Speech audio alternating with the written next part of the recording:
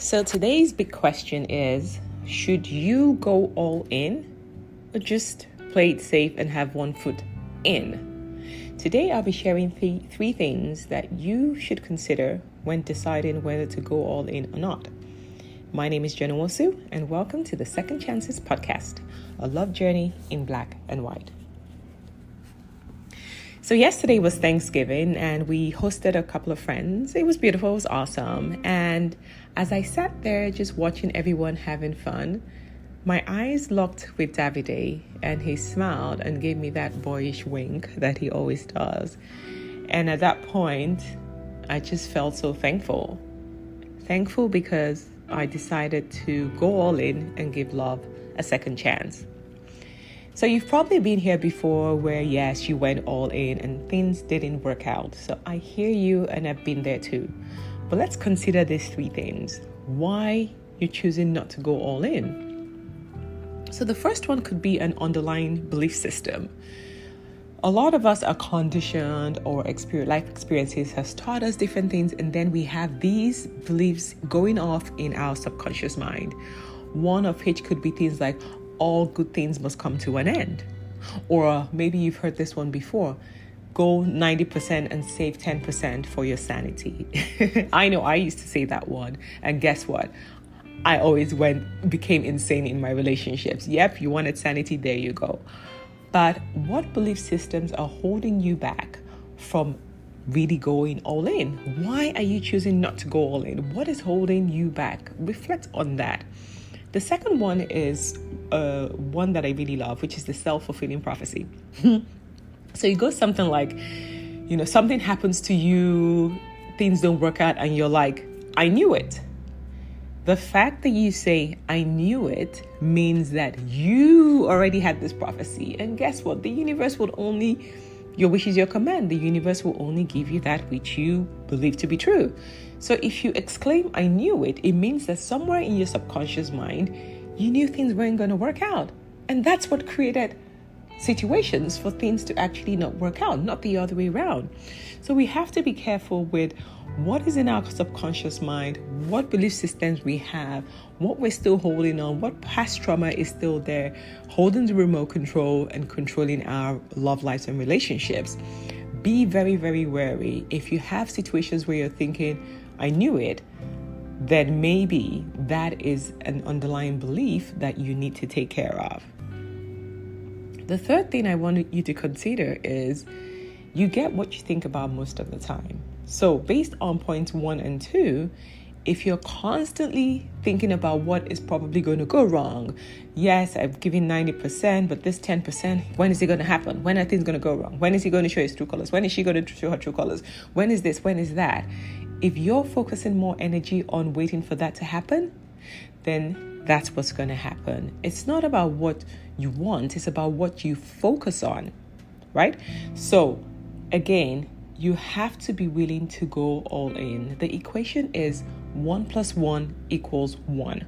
Not 0.9 + 0.6 equals I don't even know what. The only way you can get to have the type of love that you want where both parties are committed is for you to decide that you are worthy and you are going to put in 100% and go all in, and the person will go all in as well.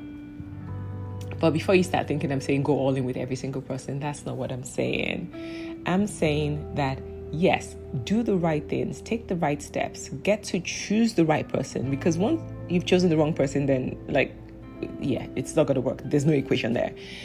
So make sure that you've done the work, right? You've focused on what your values are, on what your goals are, on what your ideal partner is. You've done all the energy work. You've attracted the right person. You've vetted to make sure that they're the right person and they're just not pretending. And then once all of these are aligned, I'm encouraging you to go all in. The only way you're going to get the best out of anyone or any relationship or even yourself is by going all in. Going all in also means that you're open to growing, because one of the reasons why we get into relationships is for us to grow as well. It's meant to challenge you, stretch you, help you to become the best version of yourself. If you're still holding back, then you might just be holding back certain parts of you that still need to heal and need to grow. So you found the right person, you've done the right work, and you're choosing to go all in. Okay?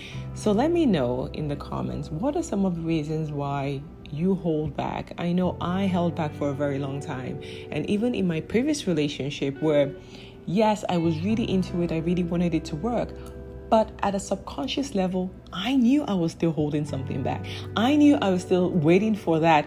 When is he going to show his true colors? When is he going to pick other things above me? When am I going to really discover that all of this is just a pretense? And that's what happens. And we keep doing this. We keep self-sabotaging. We keep making all these things that we really don't want come to pass because we're focusing on the wrong things. And I discovered that the moment I decided I was going to go all in, it didn't matter what else was happening. It didn't matter if we were having fights, arguments, if things were looking gloom. I kept saying to myself, I am all in. I am all in this time around. And the more I say I'm all in, I'm telling you, I also see Davide giving his all in. So there are no bridges. There's no, okay, this is the back door, or, I'm just going to save 10% for myself so that when things don't work, there's no way out. There's no exit door. The moment you create a window, a door is going to show up. And situations will start to arise in your life that will make sure you go through that exit. Again, I know it's not easy, especially if you've been through many heartbreaks where you gave it your all and it didn't work out. But that's the only way love really does work. When they say love does conquer all, you have to be at that point where this is it. I'm giving it my all. And then you're trusting and having faith that this which you have committed to will give you the results, will give you the protection, will give you the life that you want, the livelihood, the companionship, the respect, whatever it is that you want out of a relationship. This will be enough, but it needs you to go all in. So I challenge you today to sit with yourself and ask yourself, why am I not willing to go all in? What am I scared of losing? What am I scared of happening if I went all in? Who am I hurting by not going all in? Am I protecting myself, or am I holding myself back from the possibility of what true love really does look like? I'd love to hear from you, so go ahead and share with me. And if you want to make that decision to go all in, it's a very simple decision. Just decide. I'm going to go all in. I'm going to burn the bridges. There is no way out. This is it. And you will find that you will keep working on yourself on finding ways for the relationship to blossom and thrive. Thank you for listening to today's episode of the Second Chances podcast, A Love Journey in Black and White. I will see you same time tomorrow. Until then, sending you loves and hugs. Take care.